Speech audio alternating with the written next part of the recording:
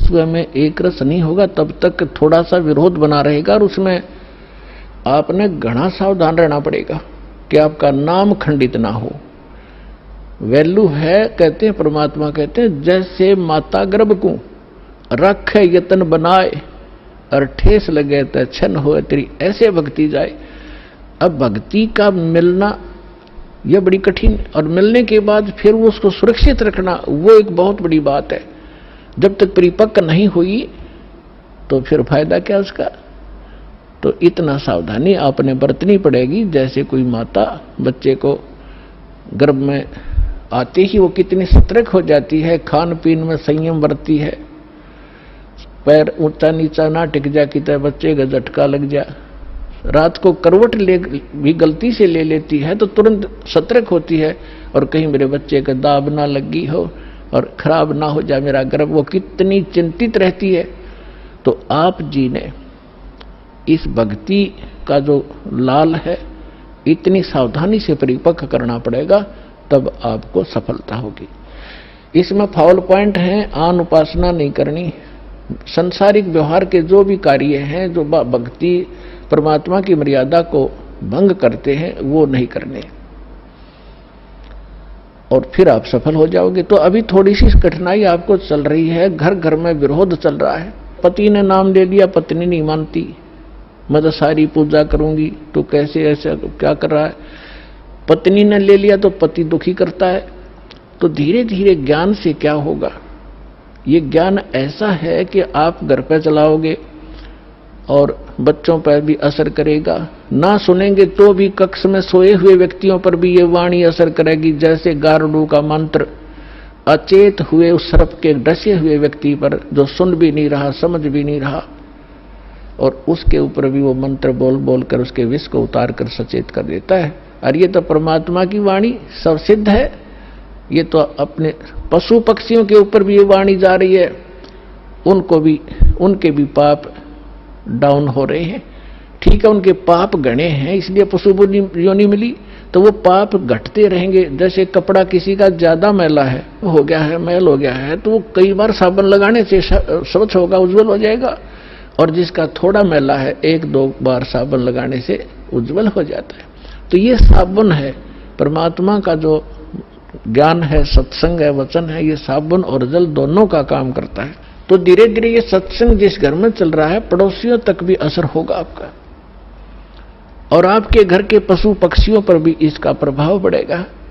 आपके घर कोई पशु पक्षी भी रह रहा है उसके ऊपर भी धीरे धीरे उसके अंदर ये वाणी का जो ज्ञान यज्ञ का पुण्य उसमें संग्रहित होगा, और कुछ ऐसे पाप हैं जो ज्ञान यज्ञ से ही खत्म होते और उसका विकल्प ही नहीं है।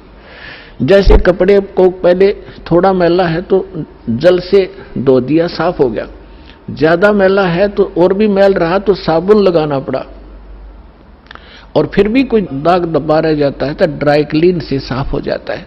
तो इसी प्रकार ये सभी क्रियाएं हमें अपने अंतःकरण, अपने जीव के ऊपर, आत्मा के ऊपर जो मैल जमा हो गए, उन सभी पापों का नाश करने के लिए ये सारे ही साधन अपनाने पड़ेंगे, मंत्र के जाप भी करने पड़ेंगे, पांचों यज्ञ भी आपने करनी पड़ेंगी, और तब जाकर के आपकी भक्ति सफल होगी।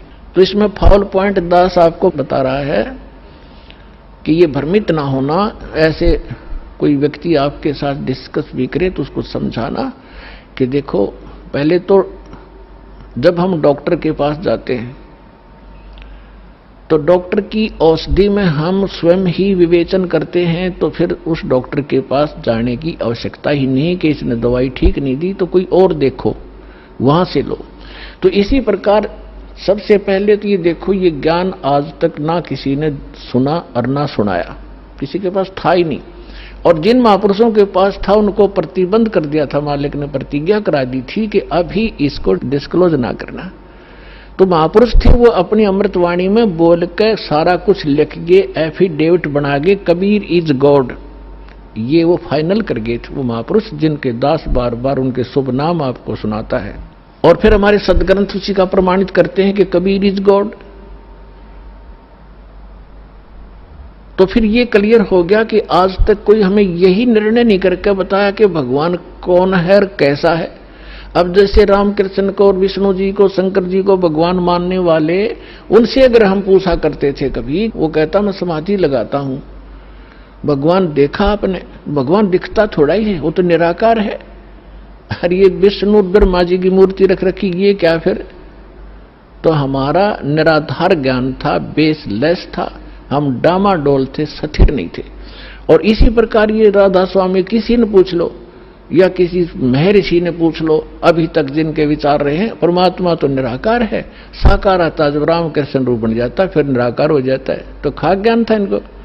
वेद बताते हैं कि वो परमात्मा सशरीर है, मनुष्य दृश्य है, ऊपर सिंहासन पर विराजमान है और उसके सिर पर मुकुट है। ये तो वेद बताते हैं, राजा की तरह बैठा। और यही वो संत बताते हैं जिनको भगवान ने जिन आंखों देखा वहां पर। तो फिर इसमें कोई डाउट नहीं रहा कि हु इज गॉड और कैसा है वो भगवान। तो ये सारे कंसेप्ट क्लियर इस दास ने करे, आज तक किसी ने नहीं किए।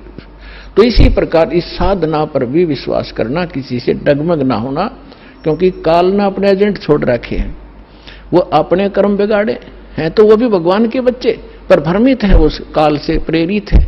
उनका दुर्भाग्य है कि वो अशुभ काम पर लगे।